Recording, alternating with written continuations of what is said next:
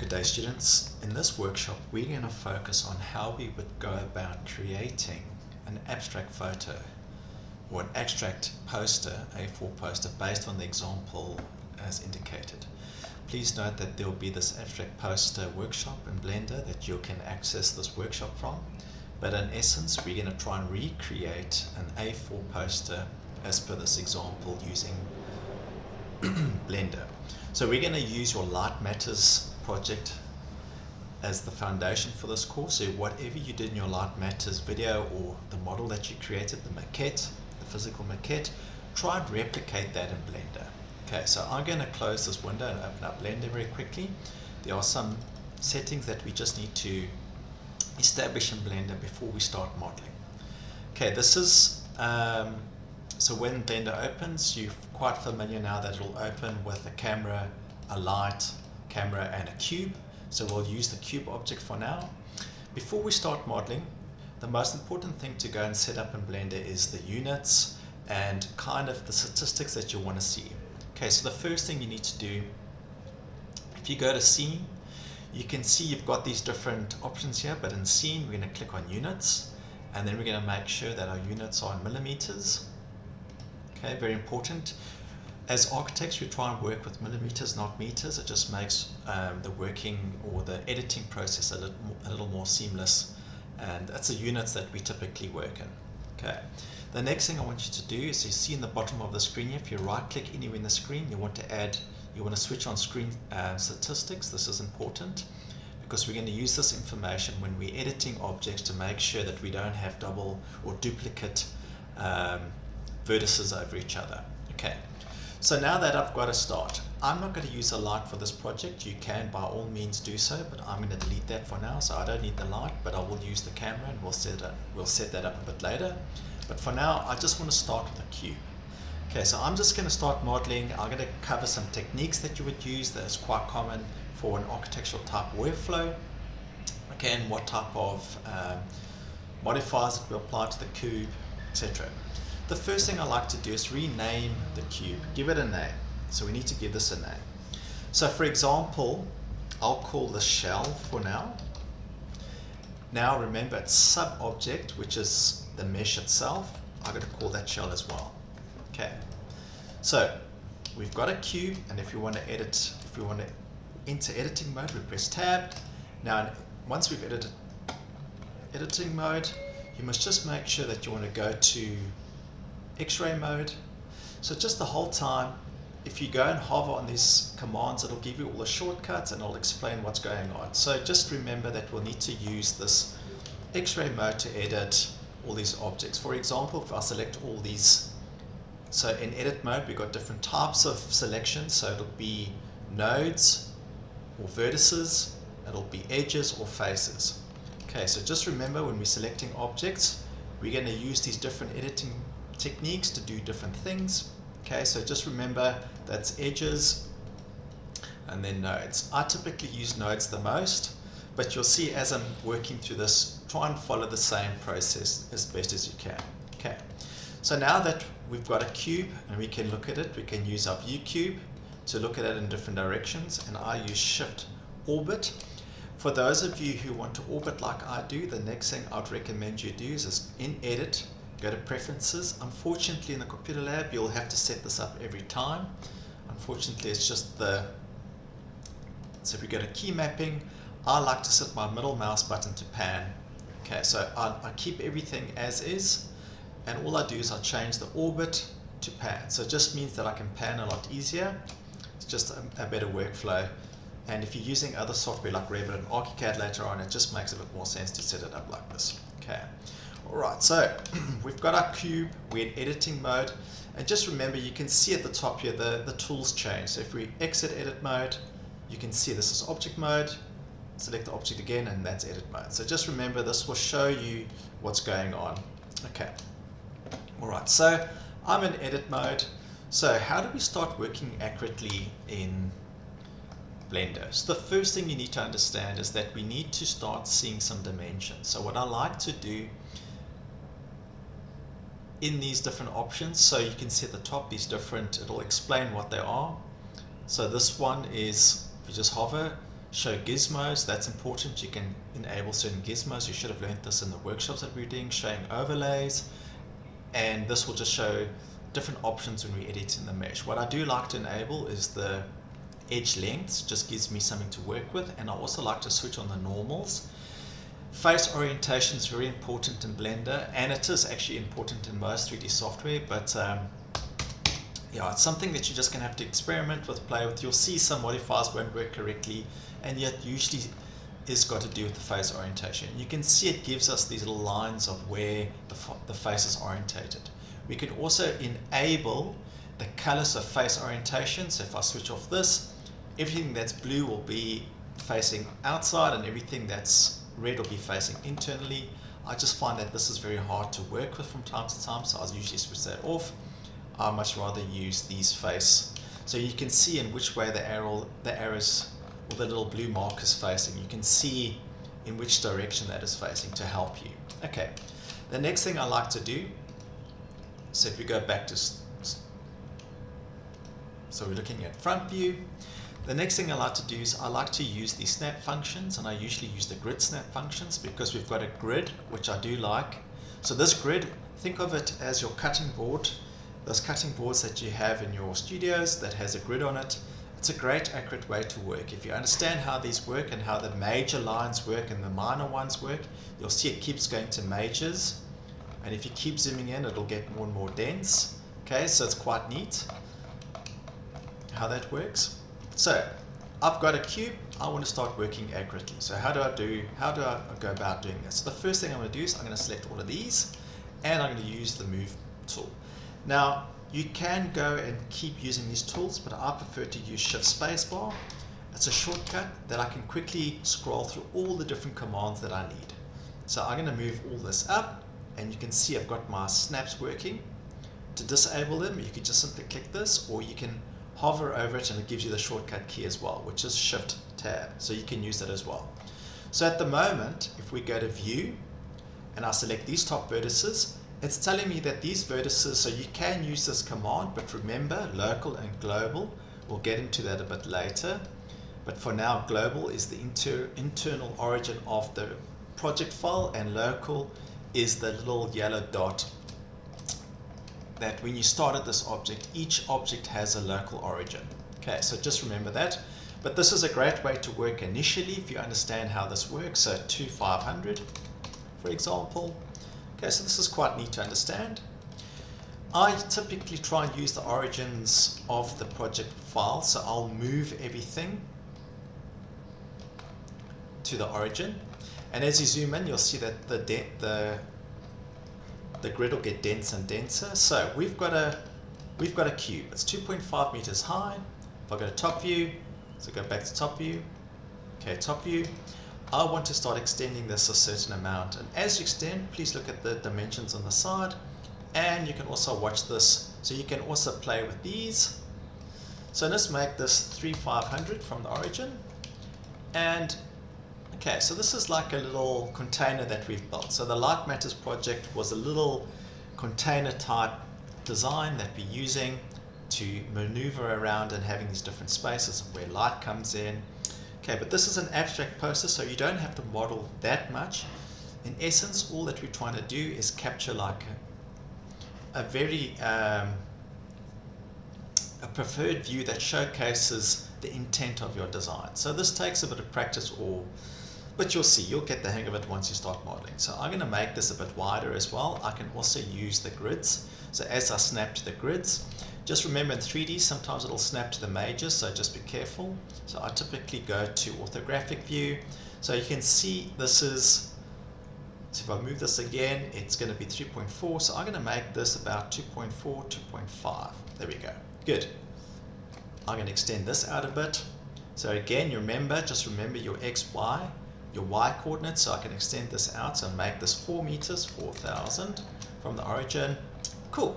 So I'm quite happy with this little cube that I'm starting, but now we're going to have different directions. We're going to change in different directions. So how do we go about doing that? All right, so in order to start extruding information from the side of this cube, we might have to add some more detail to the cube, so add more vertices. So I'm going to orientate myself to this plane, Okay, I'll explain later where we need to orientate things to a face, but we'll get to that in a minute. So I want to extract a portion of this face. So I'm going to go to the knife tool now. Remember, you've got all these different tools that you can use, so you can play around. So for example, what I could maybe do, so this is one way of doing it, so go to Edge Options. You'll have to experiment with this as well. I'm going to go Subdivide. So what's neat is it subdivides this, and I can go back to X and I can say, well, actually, I'm going to pull that up. So this other little room, and remember these majors, so if I go up, up, and up, so I'll snap to that, should be 2 meters on the side, and you can see 2 meters. So I'm going to make that a little higher, so maybe make this 200. Yeah, that looks good. Then I'm going to select all of these edges again. I'm going to subdivide these as well. Again, I'm going to use Subdivide. So this is a quick way to do it actually, Subdivide, or we can use the Knife tool. Knife tool also works pretty well. Select anywhere in the view. Now you've just got to be specific in which axis you want to work. If you want to cut things accurately, you can cut at an angle. So that's what's nice about a Knife tool. Okay, so I've added some complexity to this facade, or this part of the building. Okay, so I'm going to go and use the Quick Select tool again. So I'm going to use these tools, use the Select tool, and I'm going to select all of these and go Shift Spacebar, Move. So I'm going to move, where do I want this? So I want this little passage to be about 1.8. Good. So now I've got some more detail, and you can see these little arrows are showing the orientation of the face, so this is something that we'll look at later. Now I can simply use the Extrude tool, select, so use the face selection, so you select by face. Now I can extrude this out. Okay. So while the command's still active, I can go and add some more detail. So how far do I want to extrude it by? Okay, so this is quite cool. So I'm going to go and change this to 2 point. Let's make this 3 meters. Okay. So now I've added some detail to my little cube. Okay, it's pretty basic at the moment, but the magic will start happening a bit later. So now I'm going to go and add some more detail, how the roof's going to work. Now, this is the thing about Blender that is quite difficult to understand. If I move this vertex, so if I go to move and I move this vertex, so let's undo that.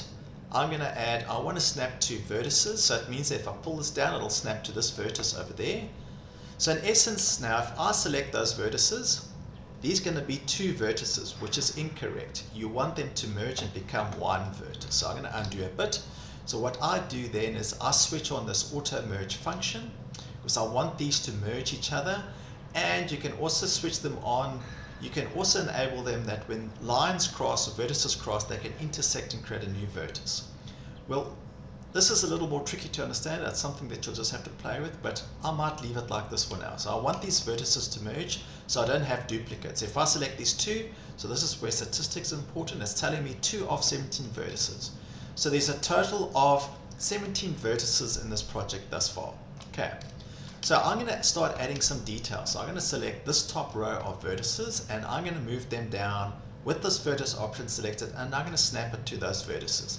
Now if I select that vertex, it should only be 1, because it means that it's merged and we don't have duplicate vertices. Okay, this does take a bit of time to get used to. You'll start seeing when you're adding modifiers, things don't work out, and it's usually because you've got multiple vertices on the same location. But you'll get the hang of it. It's actually quite easy to understand once you've played with this a bit. So I'm going to now move this up a bit. So I'm just going to add a bit of detail. But remember, if you want to work accurately, I'm going to change this back to vertices or grid. And what's interesting is you can have multiple, if you hold shift down, you can have multiple snap options at the same time. So you can enable all of these. Just remember, the more you have enabled, the harder it gets to work. So you just have to be quite specific with what you're trying to do. I'm going to select these edges. I'm going to make that a bit higher. Okay, so I've got quite an interesting shape now. So this is starting to take some shape. Alright, so maybe I want to extend these faces out a bit. I'm going to move all of this information because I want to maintain this origin maybe. So I'm going to move all this information. And remember, I've got grid snapping, so I can work quite accurately. And the whole time you can see the edge of this. You can see the edge of this. Okay, so I'm going to move this back. Oh, that works fine. So maybe this, I want to move back to this line maybe. So make it 4 meters. Yeah, so that looks cool. Okay, so I've got this little shape. We can make internal walls for later, but for now I think focus on the exterior of the building. This is a very basic model. It's kind of to get you into the flow of how you would go about modeling certain projects using Blender. Okay, so so that looks quite neat. The next thing I'm going to do is I want to add some more detail to the corner of this building. So I'm going to grab this series of vertices, I'm going to pull this back. So you can see now I've created something that's quite, so if I switch off X-ray mode and I go to, so just remember you've got different ways to shade your project. Okay, so the first one is just a solid type of shading. I like to set this up in different, I like to use different materials just so that things are a bit obvious when you're modeling. Okay, so this is something that you can play with. This is personal preference, but you can see it will shade objects a certain color. Okay, and it makes them look, so it adds a nice effect. And what I also like doing sometimes, I like to show the wireframe so I can kind of see what's going on in that model. Okay, so as I'm editing things. This one will show the actual material, so we'll get to that a bit later. So this is a basic shading view, and what I do like about this, we can start simulating different lighting environments, and you can see how the scene will change depending on the lighting environment. So this is like an experimental, this is to kind of get the look and feel of your materials and the lighting. So we're going to use a lot of real world lighting, and we use HDRI maps. Okay, so these have lighting pre-built into them, so we don't have to waste our time using lights and sunlight. So initially there's a lot that we can just use that's pre-built into Blender that will give us some nice effects. So it'll be like a daylight, but it's quite obvious. Do you light, it'll say this is a city lighting, this will be shaded underneath the, okay, and what's nice is you can rotate the direction of where the light comes from. So this is quite neat. You can also show what's going on in the background, so you can see where the light is coming from. So you can kind of immerse your objects or your objects in a scene, which allows you to see, and it's using the light from the image, which is very intuitive. So yeah, so this is quite neat. Okay, so I use this quite a lot. It's quite a neat workflow. If you want to reset the settings, you can tab in the section itself and press the backspace. So press the backspace key, select everything. So double click blue, Control A, and then backspace resets it back to default, so backspace. You'll see it resets it back to default, backspace.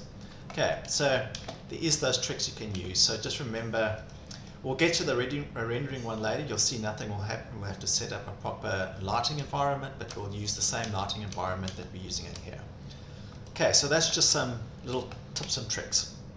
Now, so while I'm working, let's go back to wireframe mode. So I've kind of got a basic shape. So I need to start making a building from this basic shape. So how do we go about doing that?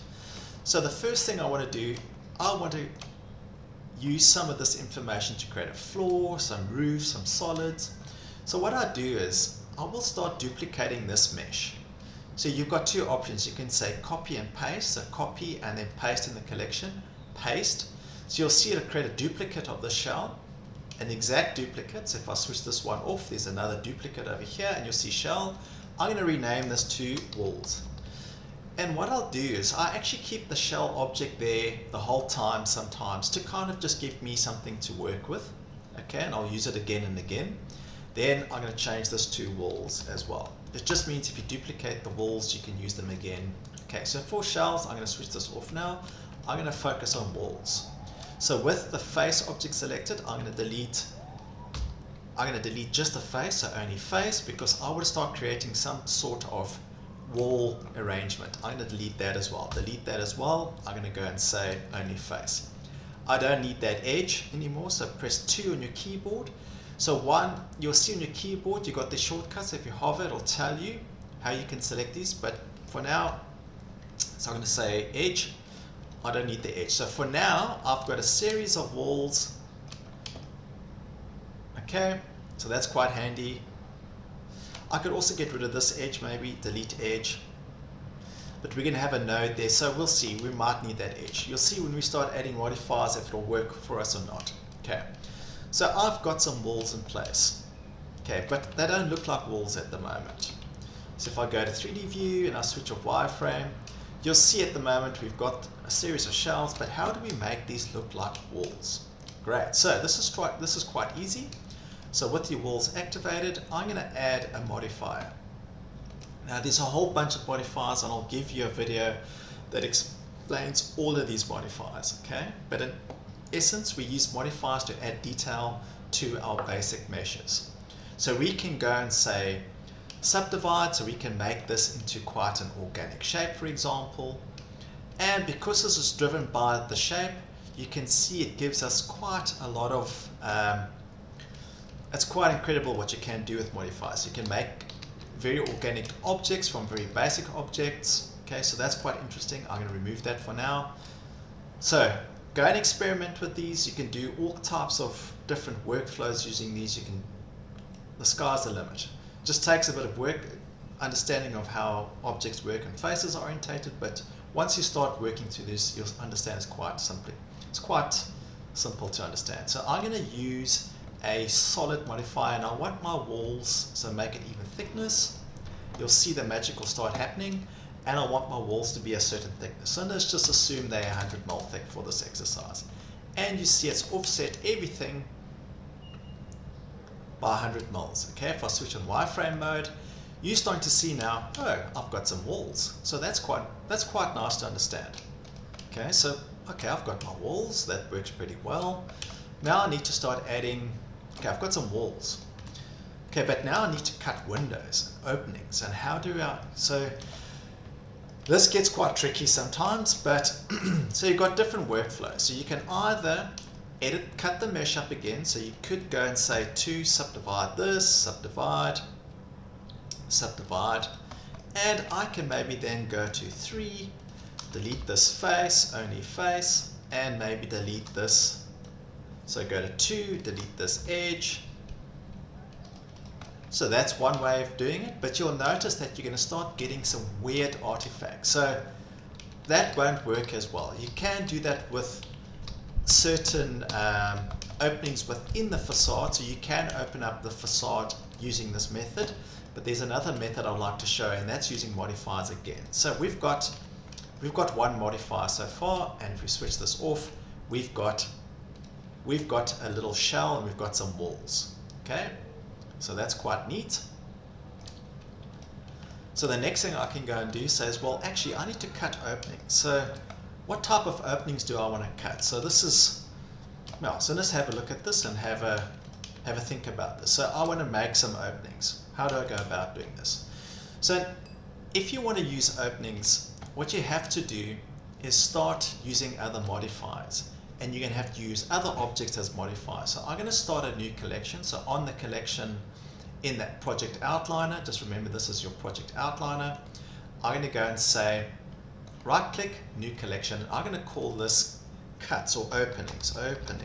Okay, so this collection is going to control my openings. It's important to separate these things from different collections, because your cuts and openings, you don't want them to be visible.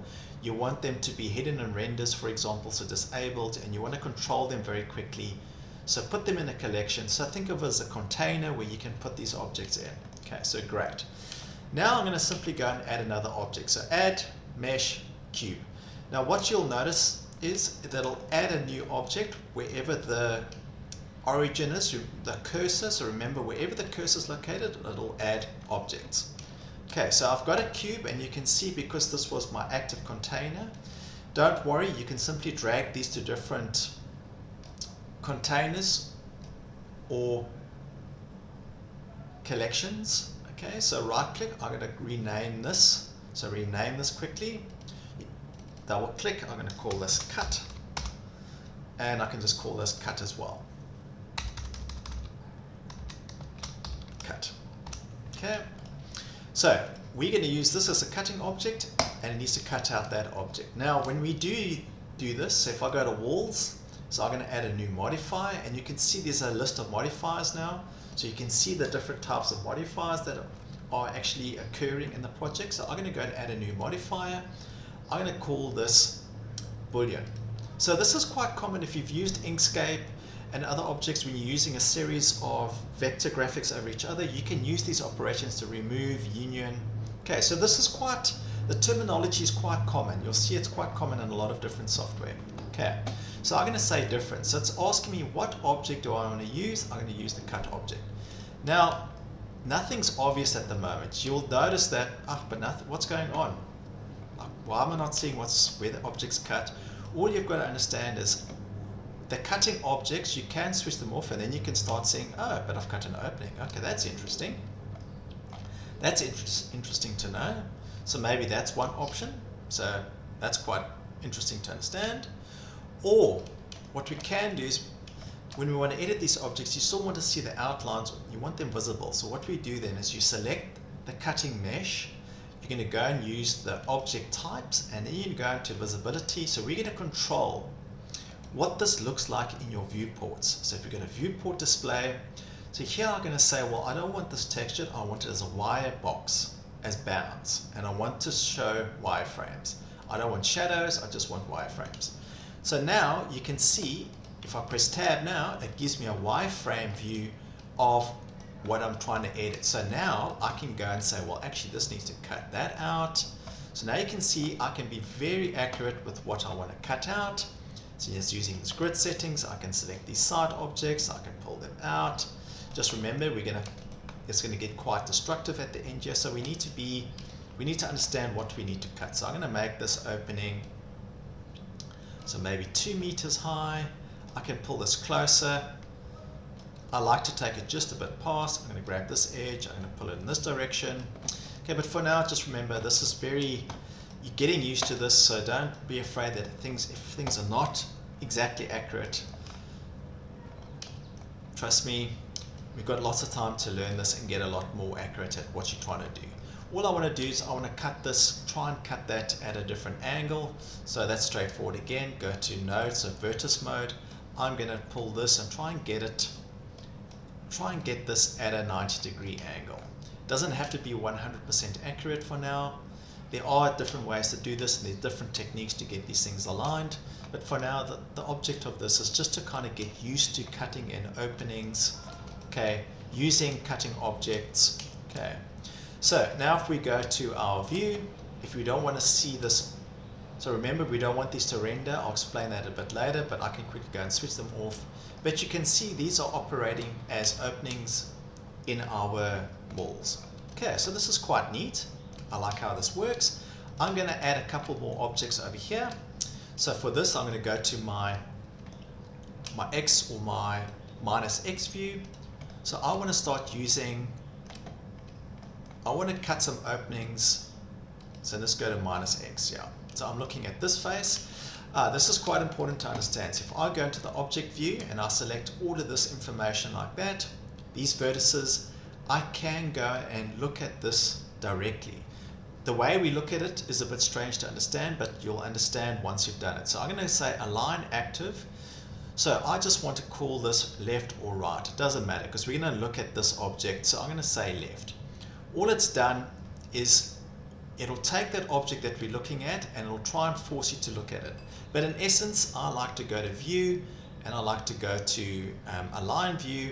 I like to go to top because then I'm looking at this object correctly. Then I'm going to use the cursor tool and I'm going to put the cursor, switch this off, I'm going to put the cursor anywhere on this face. And what you will notice is, if I jump back to this, it's put the cursor and has aligned the cursor to what I was looking at. Okay, you can say view, just remember it aligns to the view, so undo. You can see that you can align these things. So again, just do that again, just so that you're aware of it. So align view, top view, and I'm going to move my cursor anywhere. And you would have noticed that it snapped to that face. So the cursor now is aligned to that face. If I go and add another object, so select nothing, so go to your cut object, so go to your cut object, go to tab. Now we're going to go and add another mesh cube. And you'll see it'll add another cube, or undo, sorry, edit this object inside. You need to go and add cube within the mesh. Okay, so if I finish now, oh, I've added it to the wrong object. So my apologies. So press tab, Control Z. press tab. I want to get this object. So you need to go to cut, tab this guy. Now we're going to go and say add cube. So now you see it's cutting a cube in this face. So that's quite important to understand. So I'm going to select these vertices, use the move tool. I'm going to get these quite small because I want a series of openings. I want them to be a certain height from the floor. So maybe from the floor I want them 500 or 600 high. So that's quite cool to understand. I want them to be cut maybe to match. So switch this on. Remember, I want them to match this vertex. So they line up, for example. Go to top view. I want to change their thickness a bit. So I don't want them to be that thick and that intrusive, provided they're still cutting through the wall. So that's quite neat. Okay, so that's working quite well. Now I want to duplicate these. So I'm going to select these. I'm going to go to Shift D. Now you can see I can duplicate these on the y-axis, and I'm going to put one, maybe you can type the value, so type it in 200, make it 600, so backspace, backspace, backspace, backspace. I'm going to say 800, so 800. Now if you push Shift R, and Shift R, you'll see it will do it multiple times. So that's a quick way to go and cut multiple openings into your little walls. Okay, so this is quite cool to understand. All right, so, and what's nice about these modifiers, if they're still active and still assigned to the wall, you can keep editing and adding. But what I recommend you do, once you've done all the edits that you need, is you need to make these edits final. Okay, because it means that we can get rid of the cut objects for now, but I'll leave them in for this workshop just to understand how to work. Okay, so I'm going to use a different workflow where I'm going to duplicate these or change them. But just remember, at any point, if you want to apply these edits, you can select the modifiers. Now this is what is difficult to understand. It's very difficult to apply all the modifiers. So if you go to modifiers, it's very hard to apply them all one by one. You'll see that will ask you to apply them one by one. So apply. But if you want to apply all the modifiers, you right click on the mesh, so on walls, right click, and you're going to say convert to mesh again, and you'll notice that all the modifiers have been applied. So you see there's no more modifiers, so I actually don't need these cut objects. I can switch them off for now. They no longer apply. Okay, ignore these cuts in the face. Blender's just trying to keep things, if I switch off, so if I go to render view, let me just go back to this view, and I'll switch off this wireframe view. I just like it on because then I know if things are not going well. In essence, this is what you'll be seeing if you render. So it's just something to understand. You can spend time to go and get these looking correct face orientation. So I'll switch that back on for now and go back to this editing mode. Okay, so it's just telling you that it had to create that face to create. So these are n-gons, the type of faces. That's something that you'll learn as well. Okay, but in essence, I've got my walls now. Okay, so things are starting to come together. Okay, but I've still got my shell that I want to use later on. So the shell, I'm going to use my shell later on to help me develop and build more information. Okay, so I've got my walls. So I now need to add a floor. So what I'm going to do is I'm going to go to shell. I'm going to duplicate this. So I'm going to say copy. I'm going to go to collection, paste. Now I'm going to call this floor. And this is quite incredible once you understand how to do this. I'm going to call this floor. So with my floor object active, I'm going to switch off my shell again. With my floor object active tab, I can switch off walls as well for now. Go to wireframe mode or x-ray mode. I can delete all of these vertices. Delete those. Okay, I can delete or limited dissolve. I can dissolve vertices. Okay, don't just delete the vertex because it'll delete that whole face. Just be careful of that. So what you need to do is you'll need to merge this vertex or dissolve it. So you need to decide what to do with this. What I typically like to do, I select this vertex and then select this vertex. Then there's an option if you go to vertices you can merge these. You can merge vertices together. Just want to see where this is. It's in the, so it's the M key on your keyboards. It's merge. Where's merge again? Sorry, I've been using all the shortcuts. I forget where everything is. So if you select multiple vertices and I right click, you'll see that these are merged vertices, M. So what you can do is you can select this vertex and then select this one last, and then right click on the vertex and you say merge vertices at last. So what it'll do is it'll merge those vertices. Select your edges and we can delete the edge. So delete the edge and use the limited dissolve because it just creates one face. Now you could create another modifier, but for this workshop all I need to do is use the extrude tool, use the face command, select the face, and I can extrude down.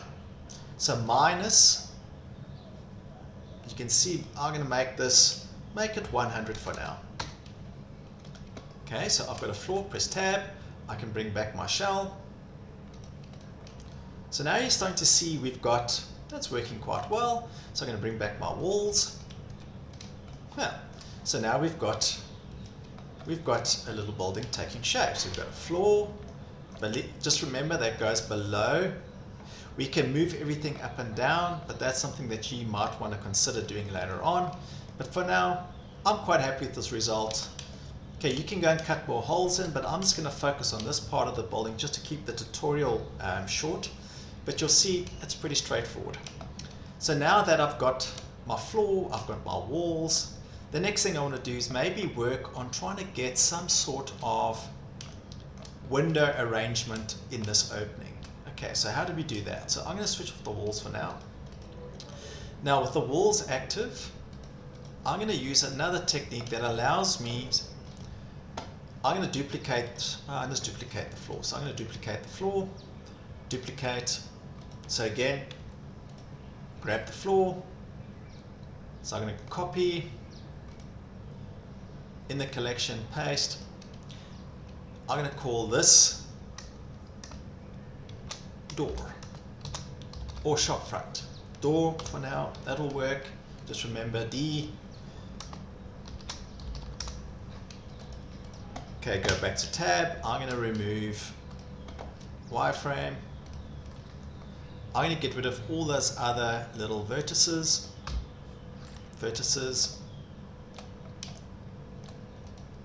Just remember the other floor is active, so I can switch it off. We're just going to have a face now. Now I'm going to use the inset tool. So I'm going to use the inset faces tool. Select the face. So select the face, and I'm going to inset this. Select face. I'm going to inset this by a certain amount. So our walls are 100, so let's make it 50. So I'm going to inset everything by 150. Then I'm going to switch on my nodes again. This looks strange what I'm doing, so I'm going to delete all of these vertices, delete vertices. I just want these vertices over here, so I'm going to delete. So press 1. So I'm going to delete that vertex. I'm going to delete that vertex. That's your origin, by the way, and I'm going to delete this vertex. Yeah, delete vertex. Okay. Now that we've got a series of edges, I'm going to bring back my walls. Sorry, not my floors. I want my walls. Okay, so what I'm going to do now, with these edges selected, I'm going to extrude them. So use the extrude tool, and when you press the extrude tool, you press Z to lock it on the Z axis, and I'm going to extrude these up to match the openings. Okay, so we will start adding materials now. It'll start making more sense. I'm going to select edges again, but now I'm going to use, there's another tool that will slide edges, and you'll see it will slide this edge, drag it. I'm going to slide it so it meets that face over there, and I'm going to slide this edge so that it meets this face over there. Okay, so now I'll bring back my floors now, switch off. You'll see now that we've got some sort of shape. Okay, so this is quite neat. This works really well. So I'm going to press 1 on my keyboard. So I'm going to go to wireframe again, 1. I'm going to make sure, I'm going to use the merge command. I'm going to merge everything by distance. So it means that if I've got duplicates, that they'll try and merge with each other. So that's important. Okay, so we've got some openings, we've got like a window or door that we're trying to create. Now I need to add some detail to this door. Okay, so I'm going to press 2, I'm going to select these edges, and I'm going to subdivide these now. So right click on an edge, I'm going to go to subdivide, and I want to subdivide these into 3 to match this type of flow over here. You can shift these later on, but for now I'm just going to leave it like this because I think that's enough subdivisions. 712, 712, that's enough. That's big enough to open up. Okay, so now I've added some detail to this. Okay, now this is where things start getting very interesting. So what I need to do now is I need to make these faces look like panels or door panels. So I'm going to use the face tool. We'll select faces, select all of the faces. Now I'm going to use the inset faces tool again. Just select anywhere and you'll see it'll start insetting these faces. Undo, sorry, do that again. Just see where all of the, so just remember we need to see which direction these normals are working. So let's try that again. There we go. So now you can see we can inset these faces, but I want to be deliberate. I want to say 30mm because I want a 30mm frame and I want them to be individual because we're going to have a frame and we're going to have glass. Okay, so tab. Now you can see it's created the shape that I'm looking for. So I'm going to switch off walls for now. I'm going to switch off floors. So what this has done, it's cut up the mesh to represent some sort of window and glass panel configuration.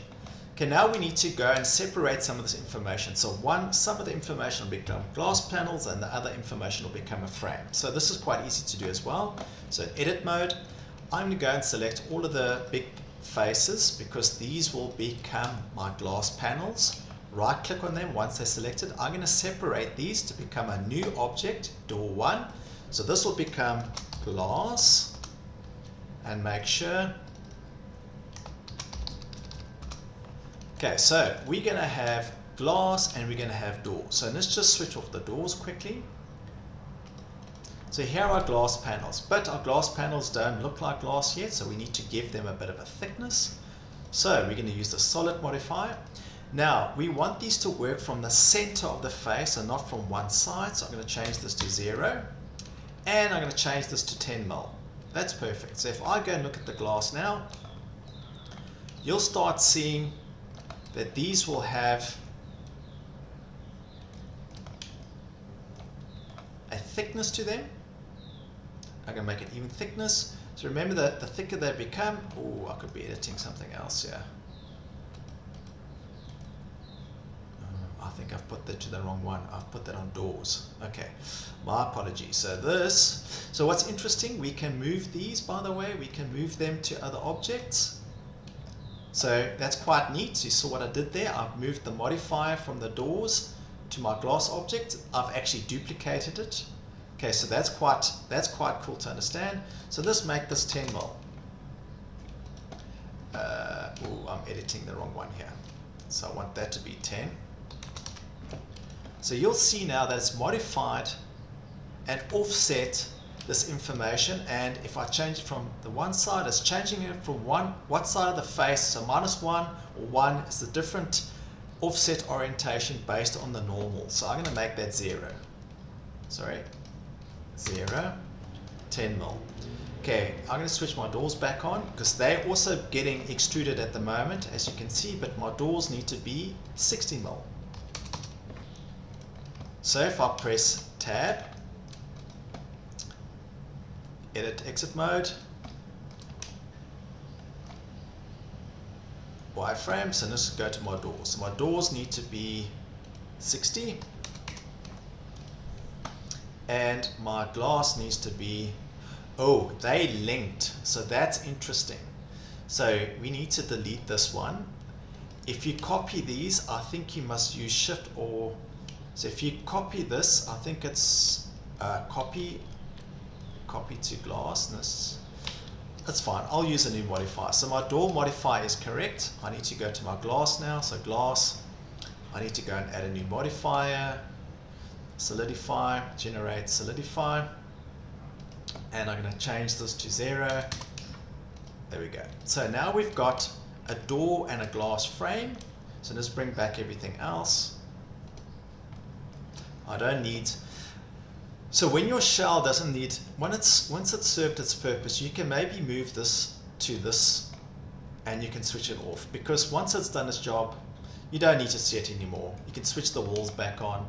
Okay, so we've created a very basic little structure. We've got some depth, we've got some thickness. Okay, so if we go to our render view, okay, remember we can play with the different lighting. So use a day and outside day lighting. You can start seeing that this is starting to represent information correctly. Okay, so this is starting to work quite well. Now to start taking this to the next level, we need to start applying some materials. So what we like to do in our viewport, a lot of you would have noticed that there's another little viewport active at the bottom here, which we can change and move. I like to change this to shader editor. So at the moment, if I select an object and I go to the materials of that object, we've got one material that's in the whole project. So I'm going to rename this. I'm going to call this concrete. I'm going to select the glass panels. I'm going to add a new material. New, I'm going to call this glass.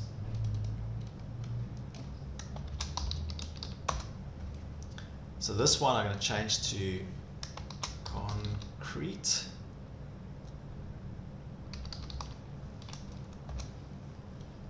Okay, there's concrete already, so I'll remove that for now because I just want glass. Okay, so these must be glass. This must be concrete. Okay, and you'll see in the project file we're going to have a lot of these already which we can use. Okay, so we want those to be concrete, we want the floor to be concrete, so I'm going to minus that. I'm going to add, so minus, you can go and select a material now, concrete. Okay, so that's going to be concrete, that's going to be concrete. So with concrete active, let's just go and see what concrete will start looking like. So here we can play with the base material, so we maybe wanted like a light gray. That's cool.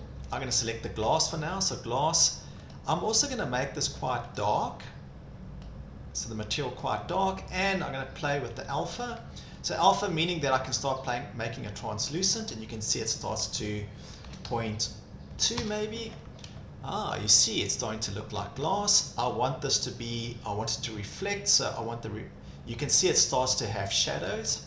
You see that it's trying to produce shadows. So I'm going to say I want this, and I want it kind of metallic as well, so it has like a sheen to it. So that's working quite well, and you can see the reflections are working now for the glass, so very straightforward and easy. So we got concrete, we got glass. I want to add some sort of metal to this frame, so I'm going to rename this material. I'm going to call this frame. You can call it aluminium, up to you. You can go, I want this to be like powder coated, like a powder coated black, because powder coating has got quite a roughness to it, so it'll have quite rough, and it'll also have like a metallic sheen to it. So you can see there's my frame material. Okay, so I've got some openings, I've got my concrete now. Okay, so this is where things start getting a bit interesting. We can start adding a whole bunch of different nodes nodes and effects to this. So if we want to simulate a concrete product, so a concrete usually is going to be very rough. Okay, it has no reflections, it has no, okay, so this we can change down to 1. Metallic, we can change the material bit, we can give it a different color if you want to. If you want to use you can use a color scheme within the project. So maybe let me just use like this earth, pick like an earth color. Okay, remember you can use different color modes, totally up to you. So I'm going to make this look, I'm quite happy with that material for this. In here I'm just going to rotate it on my money shot. I want to focus, maybe get some shadows coming in here. I want to focus on this part of the building. So I want to focus on maybe rendering this type of view. Okay, so this is kind of what I want to focus on. So I'm getting my light in the right direction. We'll play with this a bit later, but for now I'm just kind of setting up my Okay, now we've got a concrete material, but it doesn't look like concrete. So what we need to do is we need to start adding some nodes. So if you go and say add, and you start typing in bump, so we want to add a bump map. It's a vector bump node. So I'm going to say normal goes to normal. Okay, nothing's happened yet because this is telling the material something needs to behave like a bump map. So we need some sort of operator or some sort of little node that will allow us to create a bump map. So I'm going to go and say, well, let's go to add again, and I'm going to start typing in noise because it will create a noise texture. So now you see I've got a noise, and if I plug this into height, all of a sudden you start seeing, whoa, this is creating some sort of weird material on this facade. So it just means that the scale is not correct, so I'm going to move the scale down a bit. Okay, you can play with the strength, so maybe it doesn't have to be that high, so we can get rid of the strength value. I want to make a bit more distortion. Oh, that's starting to work well. So if we start getting in, you see it creates like this noise pattern. So here you can go and play with the type of noise pattern to get concrete looking. So this does take a bit of messing around to get this to work correctly. You can play with these distortions. Okay, so this does take a bit of playing around. I don't use this that lot. I use other workflows to get these materials. But I mean, for this exercise, I think just go and experiment, see what works. You get different types of noise. I've just noticed that sometimes they do take a bit of time to come through, but you can see that one might work well. So maybe that works. Maybe that works. I'm happy with that result. I'm going to leave it like that for now. So I've got a concrete wall. Okay, but if I go to render it, nothing's going to happen. We're going to get to that in a minute. Now, you can just minimize this for the time being, or you can simply grab at the bottom and make it one view. Just remember, if you're changing views, it might select the wrong one, so just go back to 3D viewport. It lost those settings, but it's easy to restore. Okay, but now we can see we've got some concrete materials on the facades. Okay, we've got some lighting. I've just lost those settings that I had, so you just have to pick a different. Okay, so pretty straightforward. We'll do the final effect once we create our render view. Pull it to the side, that's what's happened. Okay, so this one I can get rid of. So if you want to get rid of these, you can just do that, and if you want to add a new one at the bottom, you can hover and add a new one, and you can change that back to, so shade editor, if you want to edit materials. Okay, we'll focus on that a bit later. So go back here. So this is quite neat. So I've kind of got my model together. Now I need to enter the next phase when I need to start rendering these objects and applying lighting to it, etc., etc. Okay, so let's just go and look at the different rendering options that we have. I'm going to go and switch off this for now because I'm going to use the scene lighting. But when we render this out, it won't work. I just want to explain what's going on here because we want to simulate this, but it won't render correctly. So the first thing we need to do is in our render setting, we need to decide, are we going to use workbench? Are we going to use cycles? For this, I would recommend that we use cycles because you're going to get a much more realistic. You'll see as you move the scene, depending on your computer, it's going to start trying to render this realistically. Okay, so in order to make this work correctly, we need to go back to edit and go to preferences. We just need to add a couple more little workarounds for the system. So for the system, I'm going to want to use the cuber. So this will try and use your computer's graphics card to render. You can tell it to use your processor as well, but for now, just keep it to your display. So you can see you get these different options in here. Just be careful which ones to use. I've found that the cuber is probably the best one to use at the moment. So I'm going to say, yep, I want to use the quadro display.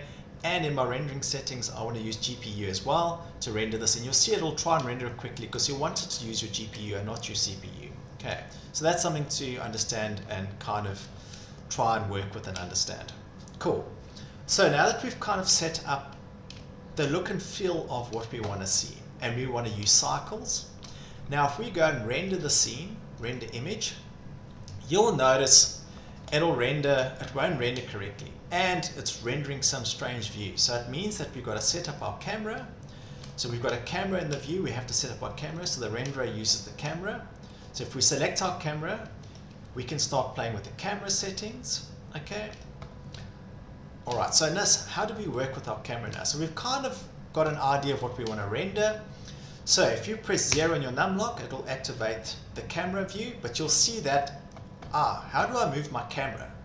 So in the view settings, you're going to say enable view camera to view it. Now it means if I navigate in the view, my camera will follow what I'm looking at. So with your camera active, if you select the camera itself, you can play now with the types of zoom. So remember, interior views, you might want to use a 24 focal length. Okay, you can play with the star clipping, so you can cut like sections. I'd leave this to 100 mil. I'm not going to mess around with that. You can do depth of view, so you can also do depth of view, so you can say when things start getting, so if I make this 5 meters, things will start getting, you'll start seeing it'll get a bit hazy in the distance, so you start getting this weird effect, so you can do that as well. So maybe make that 10,000. Okay, but remember, as you're navigating, it's going to keep changing your camera view. So sometimes you want to deactivate that, so it means if you orbit now and you go back to camera, it locks the camera view where it should be. Okay, I'm just going to change the camera. I want to go back to more of a 35 lens outside. And okay, so there is another way to move and orbit your camera. If you go to view and you go to navigation, you can go to fly mode or walk mode. Now walk mode, if you activate walk mode, you can use your arrow key. So a lot of you game, so if you look at the keystroke, so forward, so W, okay, so this is very game-like. Okay, I like to use that option as well, so that does work. Or you use shift, the shortcut key on your command. Just be careful, you can lose what's going on. So pick which one you think works for you. So I'm going to pick some sort of money shot that I'm going to use for my, so this looks quite neat.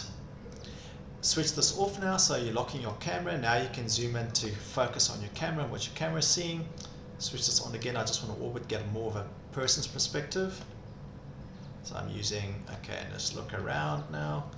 Okay, so I'm happy with this result. I'm quite happy. So let's just get that view, for example, just like that, bang. Okay, so there's my little render that I want to do. Cool. So I've saved my camera, I've saved the camera's position, I've set up my camera settings. Now, if I go and use the render command, so render image, you'll see nothing happens, and it's rendering this big cube in the middle. Okay, so I'm going to close that. So cancel. Oh, remember, while you're working, keep saving. So I'm going to save this. I'm going to save this on my desktop. Okay, save. I'm going to call this light. So keep saving in case you lose information. Okay, that's very important. You can retrieve backup files. Okay, so I've got a render, and but every time I render, things don't look correct. Okay, so how do I go about setting up my rendering environment correctly? Okay, and we've picked our rendering engine, which is Cycles. Okay, so how do we go about trying to get this to work correctly? So I'm going to switch this off. I'm going to switch on world. So in essence, what we're seeing here doesn't look correct. So we need to fix this. So with our shader editor, we need to go and say, well, actually, I'm going to go to world, and you'll see there's a world node here. I want to change the way my world renders. So every time you're rendering, these engines, rendering engines are using this to render your project. So I'm going to go and add a node. It'll be environmental. So I'm going to go environment node. So add node, environment texture. So I'm going to plug that into color, and you'll notice that the scene will go purple because it's trying to render, but it doesn't know. It's telling you, Blender's telling you, I don't know what to render. You need to specify an image. So I'm going to go and say open. Now, all of those lights, studio lights that we use to simulate in our render previews in the other view settings, they're actually located on your computer. So you just have to navigate there. So you go to C drive, you go to program files. If you're on a Mac, you might have to Google where to find this, but it's very easy to find. you need to go and find Blender 4.5 data files, and you'll see Studio Lights. And then if you go to World and you switch, you can use this to see. Now we can pick any one of these environment textures to simulate our render. I'm going to use the sunrise, for example, open. Now all of a sudden you'll see, that's amazing. This has come into my view. And it's showing me the view in the background. But we have some limitations because now we cannot change the worlds. We can't change the image location and where the light needs to come from. So we need to add a couple more nodes. So we're going to add input. We're going to add texture. So it's coordinates. So we're going to say coordinates. Texture coordinates. We're going to add that. This is very important. We need to tell it what it needs to do. So we need to use that.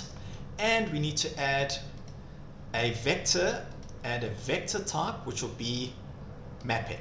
So we need to specify, we need to tell Blender how to use this HDR map. So this EXR file is an HDR map, and I'll give you some extra links where you can access these videos. So I'm going to say, well, actually vector goes to vector. Yes, it's going to go a bit nuts, but it doesn't know what to do. So I'm going to say generate. So I'm telling it, use this texture coordinate. And if I go and play with the Z now, you'll see, oh, I don't do that. I'm playing with the wrong one, so change that. I want to change the rotation. So now if I rotate, look what happens in the scene in the background. That allows me to change the orientation of where the light's coming from. So in our HDR map, you'll see that the light comes from a certain direction. So the light source is coming from there. So it's simulating how the light works, and you can see the light comes into our building. So that's quite neat. Okay, so that's quite neat how we've done that.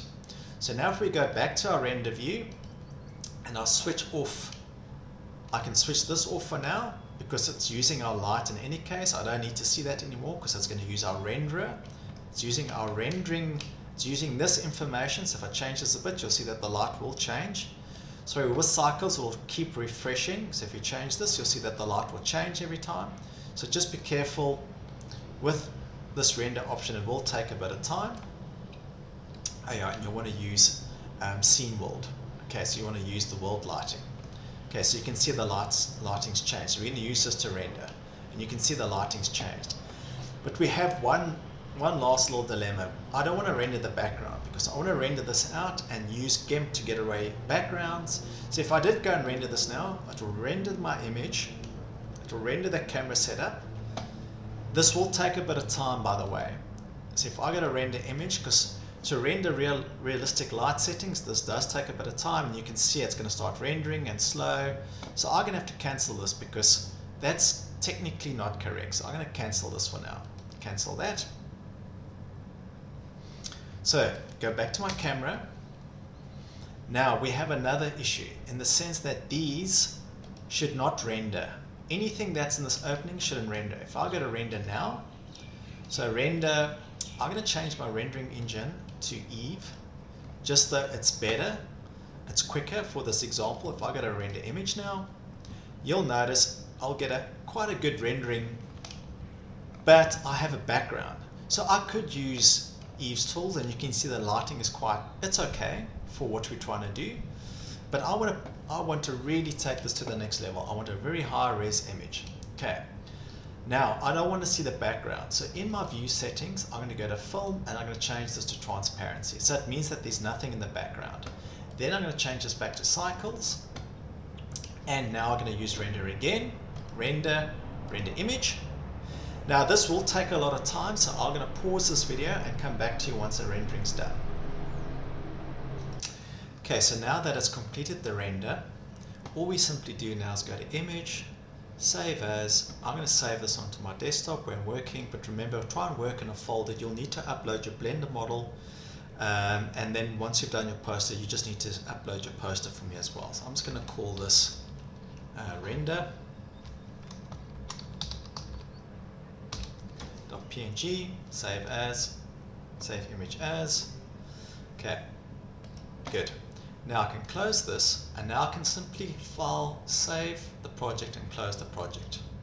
So close your render file, so we can come back to that. Now if we open up this image, you'll notice now that we've got a very high res image with some information in the background. So you can see Blender's done quite a good job to create this image for us. So the next step we need to do, now this is part of creating, I'm going to go through this quickly because there's a separate video that I'll give you that will allow you to go into this a lot more detail depending on what you need to achieve or what you'd like to illustrate in your abstract poster. So I'm going to start GIMP. I'm going to do this very quickly, but remember you're going to follow a separate video to get a much more in-depth detail step-by-step guide on how to do this.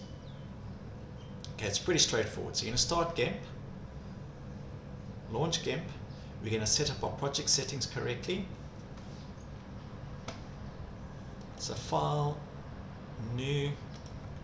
So we're going to set this up as an A4 sheet, portrait, 300 dpi, press OK. So there's no background. If there is a background, you can delete the background. Okay, so I'm going to say alpha channel and delete. So now there's no background. Now you can simply go and grab your render image. You can bring that in. And it's nice because it doesn't have a background, so that's important. Then I can use the scale tool. So I'm going to scale this up. Remember, Control Alt if you want to maintain proportions, important. So I'm going to maintain my proportions. You can make sure it's locked there as well. I'm going to put this in the middle. So pick a scale.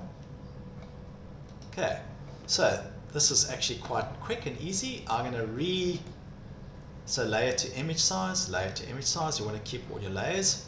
So now I just need to go and add a bit more detail to this project, and I'm going to show you some additional resources that you can access to take this to the next level, for example. Okay, so we've got this, we've got our beginning. So we've got our rendering, we've got our background. So what I'm going to do now is I'm going to add, in the background layer, I'm going to start adding a bit more information to my background layer. So now I can use some different colors. So go and look at the color scheme. So look at the examples I've given you. So if you go to Teams very quickly, I can just open it over here. Look at the different color schemes that they've used, for example. So try and deploy the same color scheme for your project. Okay, so the first thing I do is I can drag and drop this in. So with the background, I've noticed with when OBS doesn't do it, but you can drag and drop it in, but you can use the bucket tool to get the same effect. So you can see I've quickly put a background in. So that was quite quick. So now I need to add a bit more contrast to this. So maybe that's not the color scheme I'm going for. So maybe let's just pick. So totally up to you. You can use color swatches. You can use these color swatches, and there's a whole lot of them that you can create. You can create your own color swatches. So if you right click here and you go to, let me just close this for now. There's so many different color swatches that you can use. Okay, so I want to find where that is. Just click on this. I think it's Brasson's. There's a whole lot of these that you can use.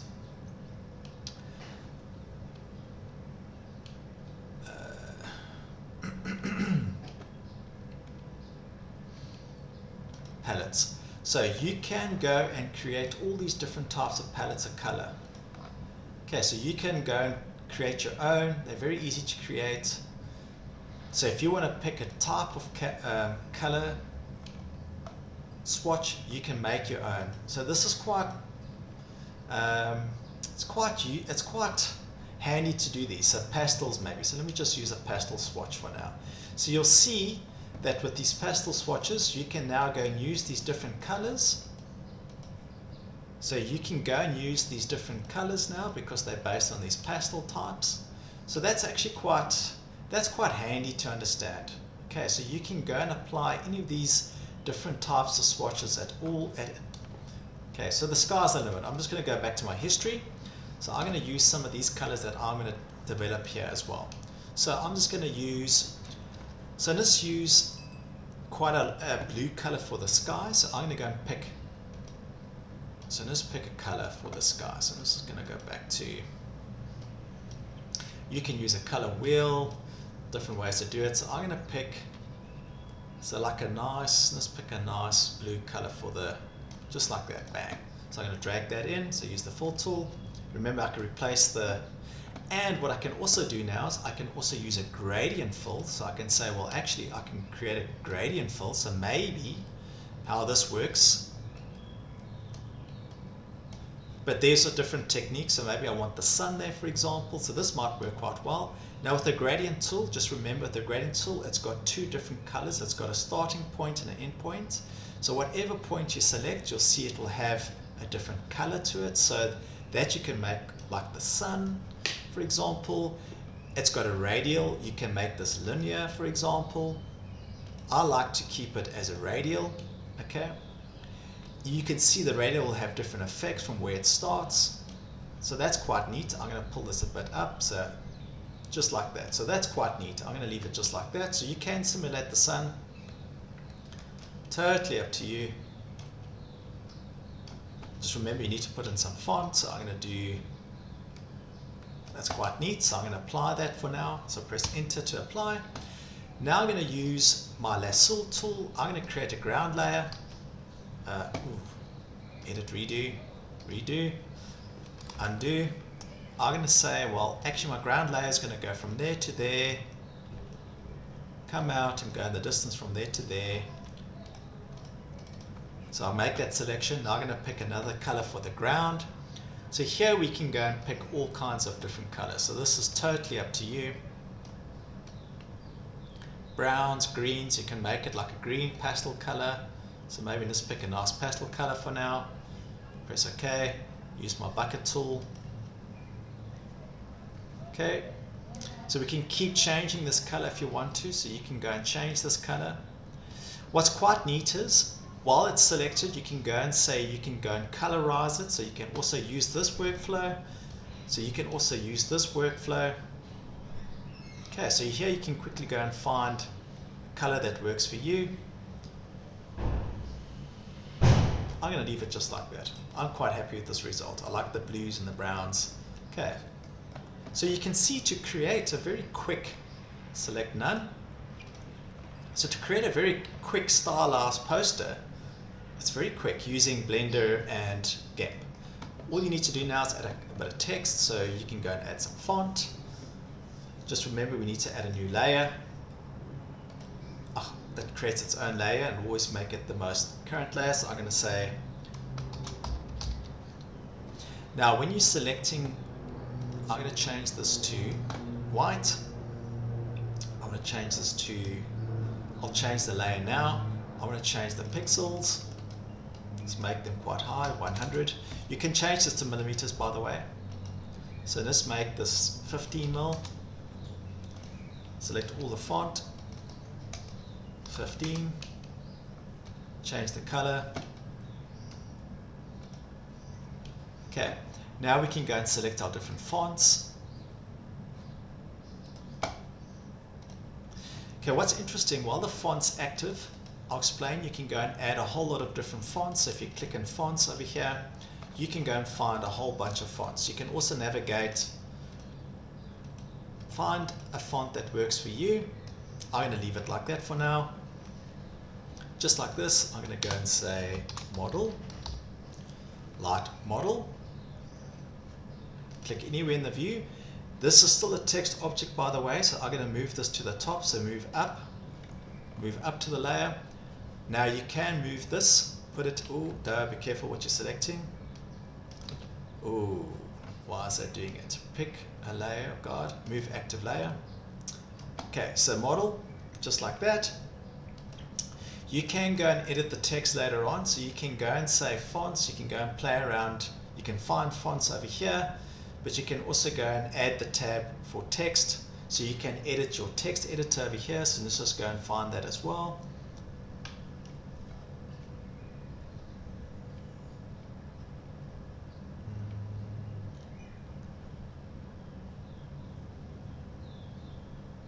Okay, where is the text?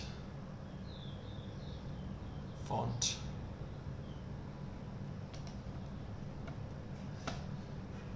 Okay, if you select the font, should be the text editor. That's interesting. So let me just click the text editor again. This does have a text editor that you can edit. I'm just trying to find the menu over here. Just grab this a bit.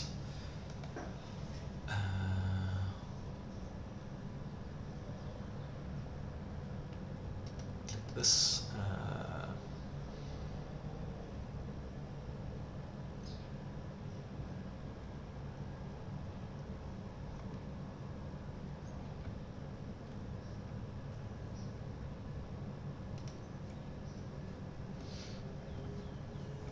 There was a tool where you can go and edit the text.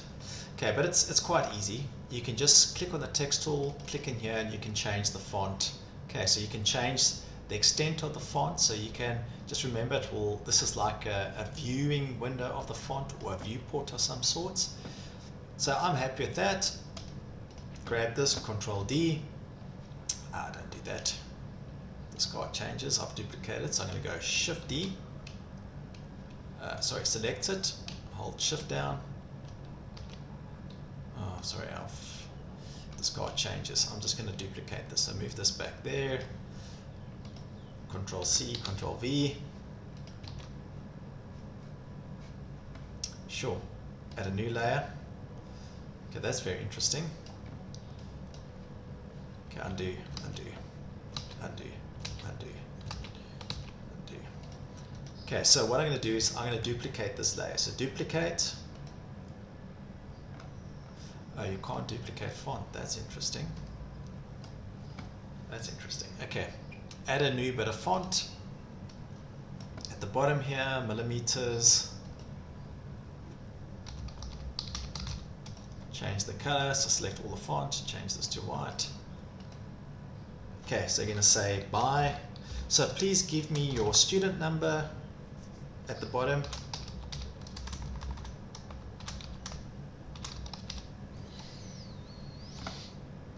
you can play with the different types of fonts, italic. So you've got all of these tools. You can make it bold.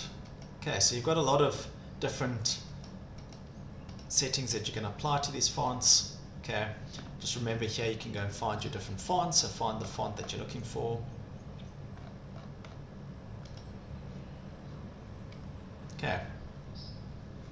Very easy. There was a way that you can duplicate these layers. I just don't understand why it's not doing it at the moment. Anyway, so make this 5mm, just like that. Minimize this. Oops, don't do that. I'm drawing another one. That is a bit annoying about the font tool. Okay, cool. Remember, we can change it from which direction that the font must read. Fixed box. Okay. Cool, so you can actually set most of it up here. So just remember whatever font you're using. Okay, so I'm going to use the select tool. Just want to see there was a way that you should be able to duplicate. There we go, now duplicate. So you can duplicate these and move them around. Okay, so select the layer, you can move these around. So select this layer, I'm going to move this to the corner. So put this right at the bottom. Okay, straightforward. Very easy. Once you're done, you're going to simply export this. File, export as PDF. Just remember you can use this tool to select the file types, but I know it's a PDF. I'm going to call this poster.